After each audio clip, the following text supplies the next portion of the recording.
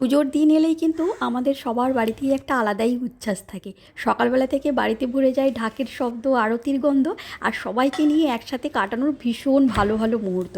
প্যান্ডেলে যাওয়া, ঠাকুর দেখা, নতুন জামা পরা সব কিছুর মধ্যে একটা যেন বিশেষ জিনিস থাকে।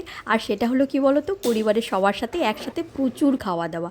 পুজোর দিন মানে গোটা ঘর আলো আনন্দ নয়, ঘরে ভরপুর হাসি আর প্রিয়জনদের সাথে প্রচুর প্রচুর খাওয়া দাওয়া। পুজোর দিনে দুপুরগুলোতে কিন্তু খাওয়ার আসরটাই হলো কিন্তু পুজোর আসল আনন্দ। রান্নাঘরে তো সারাক্ষণ মা ঢুকে থাকতো, আর বাবার হাতে থাকতো সবসময় একটা বাজারের ব্যাগ আর একটা থাকতো বাজারের ফর্দ। ভাই বোনেরা তো সারাক্ষণ গল্প করতে ব্যস্ত থাকতো। দুপুরে সবসময় থাকতো একটা স্পেশাল কিছু, চিকেনের ঝাল ঝাল কষা কষা, আর থাকতো কিন্তু চিকেন ফ্রাইড রাইস। ভীষণ ভালো খেতে হতো, গরম গরম ফ্রাইড রাইস খেতে তো সবাই ভীষণ ভালোবাসতো। আর চিকেনের কষা মাংসের টানে কিন্তু সবার খাওয়া বেড়ে যেত।